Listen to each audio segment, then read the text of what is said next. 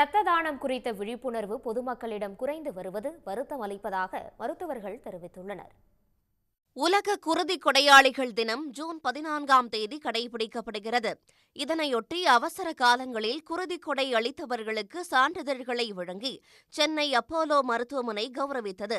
நிகழ்ச்சியில் பேசிய அப்போலோ மருத்துவமனை அவசர சிகிச்சை பிரிவு தலைவர் தவப்பழனி அழகப்பன், 18 முதல் 60 வயது இருப்பவர்கள் ரத்தம் கொடுத்து உதவலாம் என்று தெரிவித்தார். இரத்த தானம் செய்வதால் குருதி கொடையாளர்களுக்கு எந்த பாதிப்பும் ஏற்படாது என்று அவர் உறுதியளித்தார்.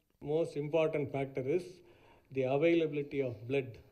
அதுக்கு ஒரு செல்ஃப்லெஸ்ஸாக பிளட் டொனேட் பண்ணுறவங்களுக்கு பெரிய பெரிய தேங்க்ஸ்.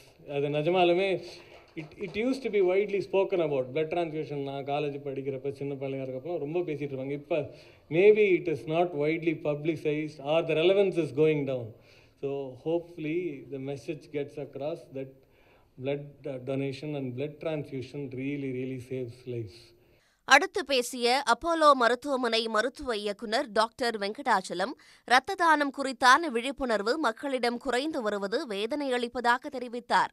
ரத்தம் கொடுக்க பலரும் தயங்குவது அவசியமற்றது என்று கூறிய அவர், குருதி கொடை அளிப்பதால் பல நோயாளிகளின் உயிரை காப்பாற்றலாம் என்று தெரிவித்தார்.